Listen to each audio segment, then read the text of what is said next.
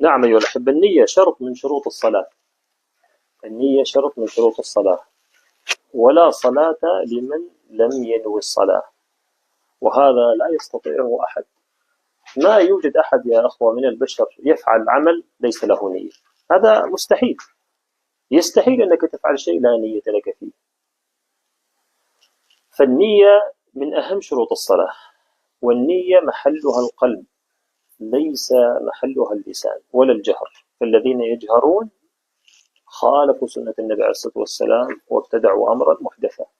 نبينا عليه الصلاة والسلام صلى 13 سنة ما جهر بالنية ولا بصلاة واحدة، لا فريضة ولا نافلة.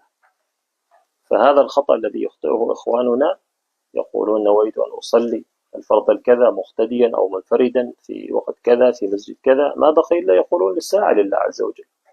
الله عز وجل غني عن هذه الترجمة، يعلم ما تخفي الصدور، وإن الله عز وجل أقرب من أحدنا من عنقه هذا الذي يجري فيه الدم. فلا يلزم أن نترجم لله عز وجل ماذا نفعل، الله يدري ويعلم. الله عز وجل يعلم أنت نويت الصلاة بقلبك، وهذا ما أمرنا به النبي عليه الصلاة والسلام: إنما الأعمال بالنيات وإنما لكل امرئ ما نوى. والنية مهمة لماذا؟ لأنها تميز العمل. فإذا قمت أنت وصليت هكذا بلا نية وبلا عزم، لأن من تعريف النية العزم أو عزم القلب على أداء عبادة تقربا لله. تعريفها الشرعي عزم القلب على أداء عبادة تقربا لله، أما تعريفها اللغوي العربي هو القصد أو الإرادة.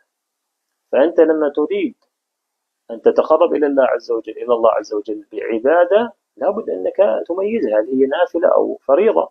النية تميز لك. أنت لما تقوم تصلي ركعتي الفجر السنة، يعني سنة الفجر، ثم بعد ذلك تصلي ركعتين مثلها، ما الذي يميز هذه عن هذه؟ النية فقط. النية هي المميز، وإلا كل ما تفعله بالفريضة تفعله بالنافلة نفس الشيء.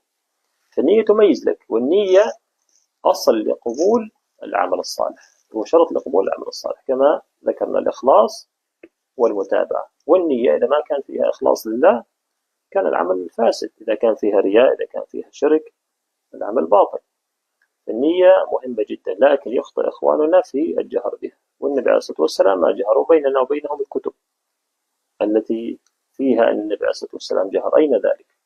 قد تقرؤون في شروحات البخاري، منهم القسطلاني شرح صحيح البخاري، قد تقرؤون يقول: ومن جهر بالنية فإن هذا مستحب، فإن الجهر بها يعين على تصحيح النية. وهذا كلام باطل، لأنه يخالف منهج النبي عليه الصلاة والسلام ويخالف سنة النبي عليه الصلاة والسلام، فلا عبرة به. تعصبوا للحق لا تتعصبوا للرجال. التعصب للعلماء آفة يا أخوة، تهدم لك الدين.